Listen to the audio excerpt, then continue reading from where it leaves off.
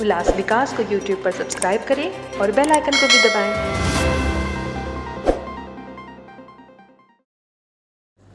ठाणे जिले में पड़ रही भीषण गर्मी और बदलापुर महावितरण की ओर से आए दिन लगने वाले लोड शेडिंग के झटकों ने आम बदलापुर वासियों को परेशान कर दिया है। गुस्से से व्याकुल शहर के अविनाश देशमुख सीधे महावितरण के कार्यालय पहुंचे।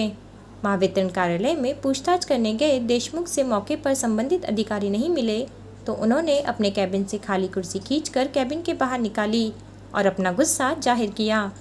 इसके अलावा अगर कपिल पाटिल ने इस लोड शेडिंग पर ध्यान नहीं दिया तो 20 मई को मतदान के दिन बदलापुर की जनता उन्हें घर का रास्ता दिखा देगी।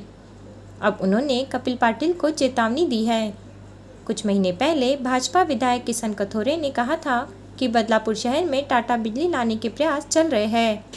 हालांकि परियोजना के लिए टाटा द्वारा अधिग्रस्त भूमि एक सरकारी आरक्षित भूखंड है, इसलिए भाजपा सांसद कपिल पाटिल ने इसका विरोध किया।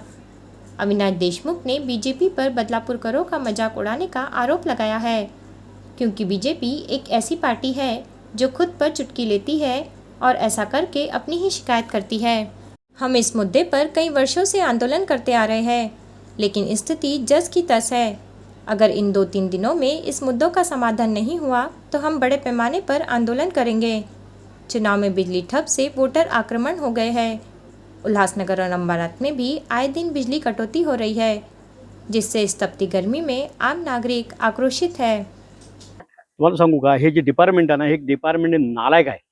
कारण की अशा प्रकारचे झटके आहेत ना, एक तर सामान्य लोकांना 200, 500, 1000 रुपये, 5000 रुपयाचं बिलचं झटका देतात. 200 रुपये ज्याचं बिल असतं त्या घरचं लाईट कट करण्यामध्ये हे डिपार्टमेंट एक नंबर कामाचं आहे. कोणाच्या घरचं 2 रुपये, 5 रुपये, 1000 रुपये बिल असलं की लगेच त्याच्या घरी जातं लाईट करे. पण आज परिस्थिती अशी आहे की रात्री 8 वाजता लाईट जाते, 11 वाजता रात्रभर लाईट जाण्याचा सिलसिला चालू असतो. मी या मूर्ख अधिकाऱ्याला, भ्रष्ट अधिकाऱ्याला सांगितलं की तुमच्या इथं खुर्च्या गरम करणं बंद करा आणि फील्डवरती जा, ग्रामीण रुग्णालयामध्ये जा, की जिथं गोर गरीब रस्त्यावरती आता नवीन प्रेग्नंट झालेल्या ज्या बायका असतात की ज्यांचे लहान मुलं असतात, 3 दिवस, 4 दिवस, 1 महिने, त्यांचे हाल बघा. अक्षरशः म्हणजे जन्म देणारी आई आणि जन्म घेणारे बाळ अक्षरशः त्यांच्या शरीरातून घामाच्या लाह्या होतात. अरे मूर्खांनो, पगार घेता सरकारच्या, एवढं मोठं पगार घेतल्यानंतर जनतेला सेवा का देत नाही तुम्ही? बरं, हे आजच नाही, तुमचा मेंटेनन्स उन्हाळ्यामध्येच का चालू होतो? आज परिस्थिती अशी आहे की एका साईडला तुम्ही बोलता की आम्हाला स्मार्ट सिटी करायची आहे, स्मार्ट सिटी करायची आहे, आणि दुसऱ्या बाजूला अक्षरशः गावापेक्षाही वाईट परिस्थिती आहे.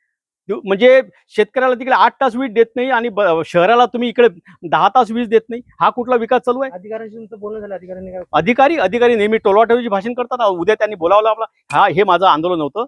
हा माझा मनातला एकुलत्या एक माणसाचा उद्विग्न होता, यामध्ये राग होता, असंतोष होता, आणि तो मी याच्यानं म्हटलं, आज मी खुर्ची बाहेर काढली, उद्या खुर्ची रस्त्यावर टाकून दिली. सत्ताधारी पक्ष मात्र शांत आहेत या विषयावर, एवढ्या मोठ्या मला तर हे समजत नाहीये.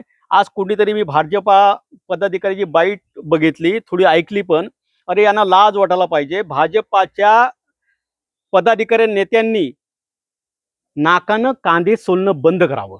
एसी मध्ये बसून काय कमेंट्स करता हो, काय हे देताय? रस्त्यावर या, लोकांचे प्रश्न मांडताना तशी तर तुम्हाला लाज नाहीये. सरकार तुमचं आहे, आमदार तुमचा आहे, खासदार तुमचा आहे, मंत्री तुमचा आहे, आणि तुम्ही बोलता एसी मध्ये बसून आम्ही कॉमेंट्स करतो आणि आम्ही इशारा देता. अरे कसला इशारा देता मूर्खांनो? या रस्त्यावरती लोकांचे प्रश्न मांडा ना.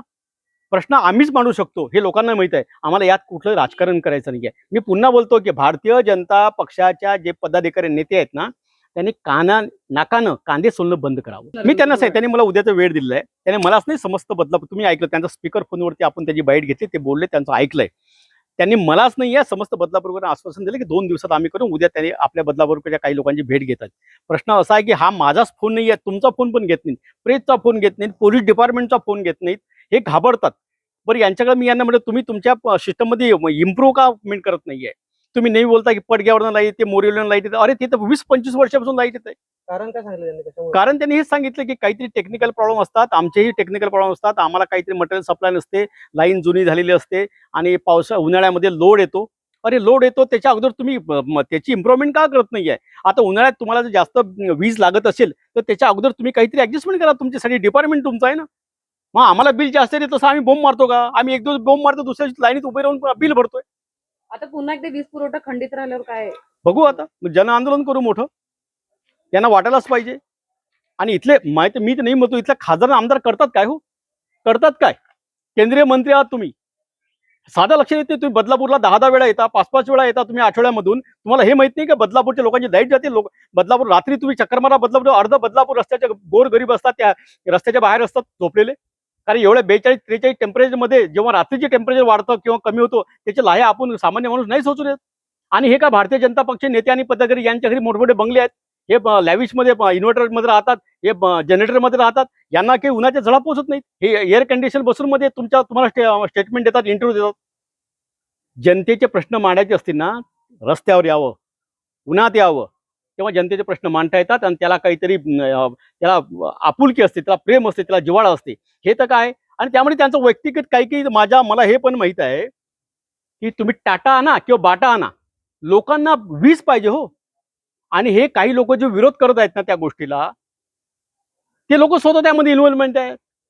हे लोक बिझनेस माइंड आहेत. भारतीय जनता पक्षाचे बदलापूरमध्ये जे पदाधिकारी आहेत ना, याला जे आतून विरोध करतात, दिखावा करतात, इंटरव्ह्यू देतात, पेपरला बातमी आणतात, हे यामध्ये इन्व्हॉल्वमेंट आहेत.